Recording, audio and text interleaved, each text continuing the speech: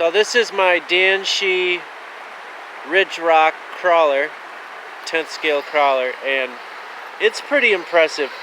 I've had it for probably about 6 months, but I've never really taken it out and tried it and, you know, put it through the paces. But it really is an amazing car, and it climbs like the dickens. My buddy has one, and you can see the difference. His is all stock, and I've got a widening kit on mine, which I did because it tends to rub when you're full, when you're all the way turned to one side. It rubbed on the suspension arms here, so, or sway bars, whatever those are called. So I put the widening kit on it, and not only that, it keeps it stable on hills, keeps it from tipping over a lot. But do a little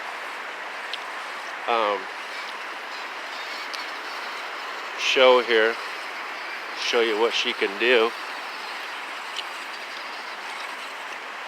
I'm doing this one-handed, which isn't too hard to do with a crawler because it's moving so slow, but still kind of hard to pay attention.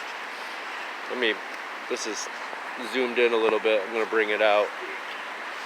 But this is an ideal place. There's all these rocks and obstacles. Stu's never going to get over that. Oh, there he goes. But this crawler was $99 when I bought it. And I think they're a little bit more than that. Not too much, like maybe $124 or something like that. $119. Actually, no, it was $119 when I bought it, not $99. $119. I think they're a little bit more than that, but they're definitely worth. I think they're worth at least $1.50, maybe $1.75, $1.80. They're that much, you know, that good of quality. 4 different steering modes. There's the 4 different steering modes. There's crab mode. I keep it stuck in two-wheel, you know, two-wheel turn, all-wheel turn, whatever you call it. But I also stiffened up my servos a little bit by gluing the servo horns with super glue, because the springs on them were really weak. They have an outer spring on them rather than the inner ones like the Arma servo savers have on the 3S cars. But anyway, the servos themselves are really strong. They're super capable, and I would not doubt that we'll be able to get up this hill. I don't know if I can do it with one hand, but I think that this car is capable of it if you do it right. But it's going to take a combination of finesse and you know, I just don't think I can do it with one hand. And I'll kind of let you know. There it goes. Come on, buddy. Yeah, maybe it's not possible with this car.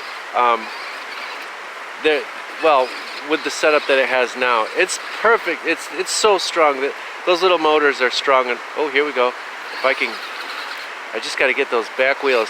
You know, with the right tires, it might do it. Stu is right. The tires aren't. They do have decent grip, but once they fill up with mud like that, they're no good. And I guess that's true of any tire, but ooh, I don't want to fall into the water from this distance. And there's nowhere to go up here, so I'm going to have to back out. But this is Glen in Naples, New York. And we come here sometimes just to hike up there's a waterfall way up there. Oh, the smaller one's right there. You keep going and there's another one. But yeah, water's rushing a lot because all the snow's melting. The rest of the year it's pretty calm, and you can probably drive these in them no problem, in the water no problem, during the summer. I can't it's disorienting to look at the screen to wash the car. I want to get a FPV, and it probably would be fun with these to to get that perspective going up the mountain. That would be fun to see what they see, blind really to what's underneath you, so you can't, yeah, anyone that's driven off-road knows that it's you kind of have to go by what you see in front of you and not by what's under you. Hopefully you already have an idea for what's going to be under you. Let's try this. I made it up here earlier pretty easily. Alright, let's go down. Nice little hill here. It's hard to get a spatial understanding for depth when on video, but that's a nice little hill.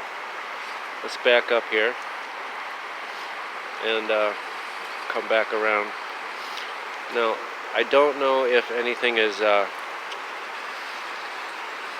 waterproof on this. Oh, I made it up here earlier, but my tires are wet now. I suppose they were earlier too. No excuse. Get up this hill. There we go. Oh. And powers up the rest of it. It's not very fast, but it's fast enough to where, you know, you're not going to cheat and just slam on it and just, you know. I think that's probably something you'd be inclined to do, is if you knew you had way more speed, you would just try to hammer on it to get up. Yeah. With this speed, how you got to use skill, you know. You can get up much better if you don't hammer it. Yeah. Most of the time with, yeah. Especially with these cars, they climb better than the ARMA cars. Yeah, you just don't want the tires to spin. Obviously made for climbing and navigating terrain like this with the four-wheel turn. I just use it constantly in four-wheel turn. It's the most useful steering mode.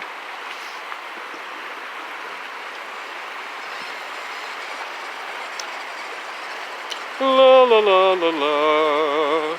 Don't want to go down in the creek. Alright, I'm gonna get out of here, people. Thumbs up if you like this video. See you.